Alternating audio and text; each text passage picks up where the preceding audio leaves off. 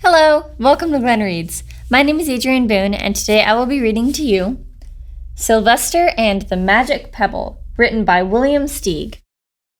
Sylvester Duncan lived with his mother and father at Acorn Road in Oatsdale. One of his hobbies was collecting pebbles of unusual shape and color. On a rainy Saturday during vacation, he found a quite extraordinary one. It was flaming red, shiny, and perfectly round, like a marble. As he was studying this remarkable pebble, he began to shiver, probably from excitement, and the rain felt cold on his back. "I wish it would stop raining," he said. To his great surprise, the rain stopped. It didn't stop gradually as rains usually do. It ceased.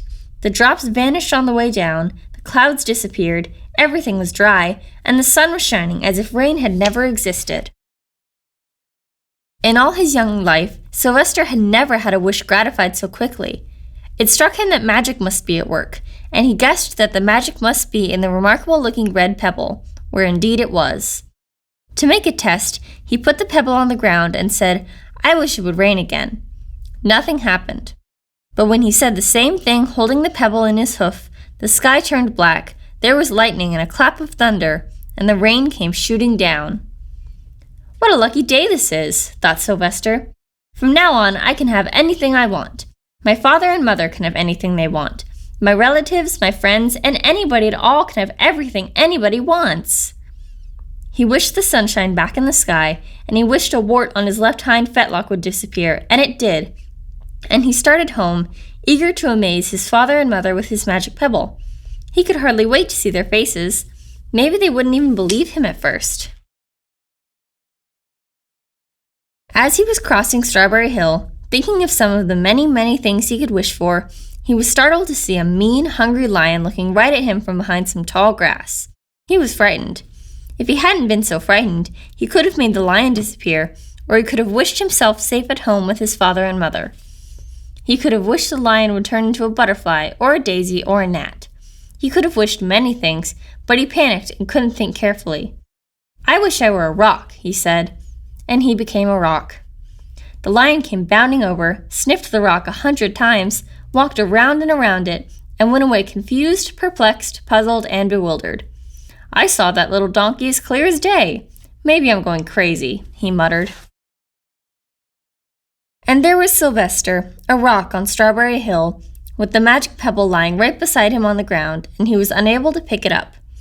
"Oh, how I wish I were myself again," he thought. But nothing happened. He had to be touching the pebble to make the magic work, but there was nothing he could do about it. His thoughts began to race like mad. He was scared and worried. Being helpless, he felt hopeless.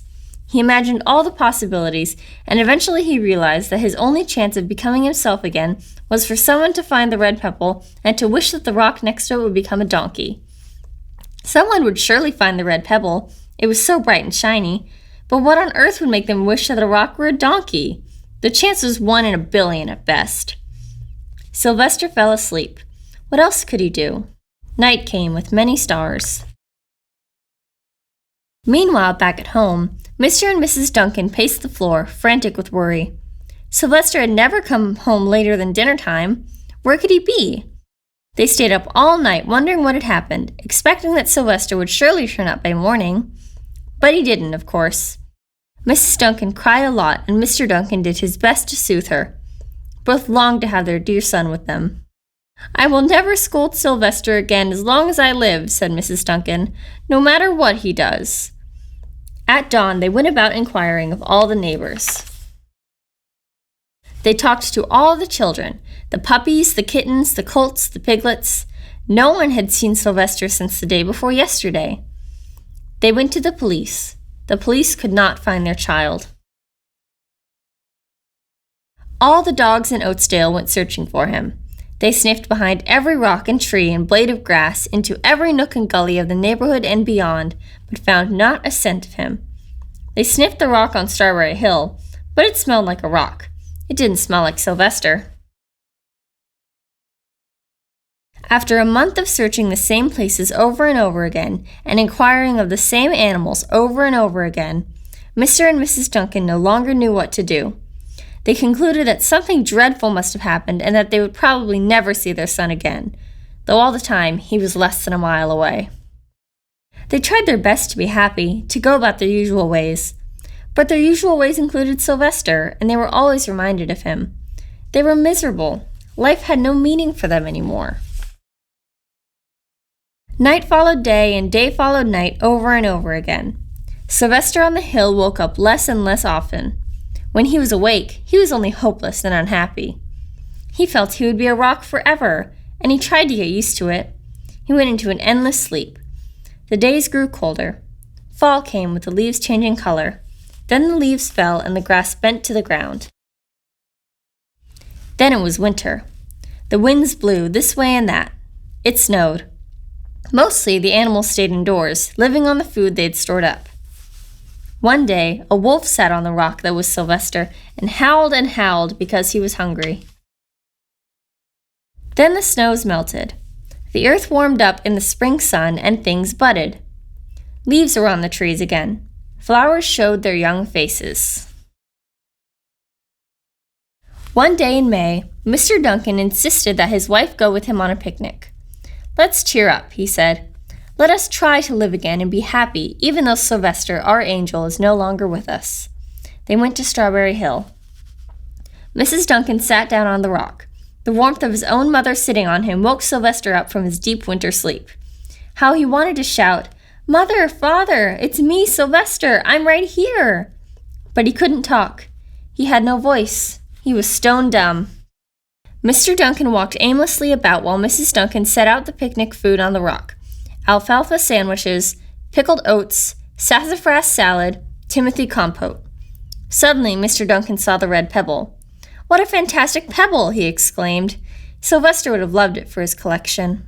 He put the pebble on the rock. They sat down to eat. Sylvester was now as wide awake as a donkey that was a rock could possibly be. Mrs. Duncan felt some mysterious excitement. "You know," she said suddenly, "I have the strangest feeling that our dear Sylvester is still alive and not far away." I am, Sylvester wanted to shout, but he couldn't. If only he had realized that the pebble resting on his back was the magic pebble. "Oh, how I wish he were here with us on this lovely May day," said Mrs. Duncan. Mr. Duncan looked sadly at the ground. "Don't you wish it too?" she said. He looked at her as if to say, "How can you ask such a question?" Mr. and Mrs. Duncan looked at each other with great sorrow. "I wish I were myself again. I wish I were my real self again," thought Sylvester. And in less than an instant, he was. You can imagine the scene that followed. The embraces, the kisses, the questions, the answers, the loving looks, and the fond exclamations. When they had eventually calmed down a bit and had gotten home, Mr. Duncan put the magic pebble in an iron safe.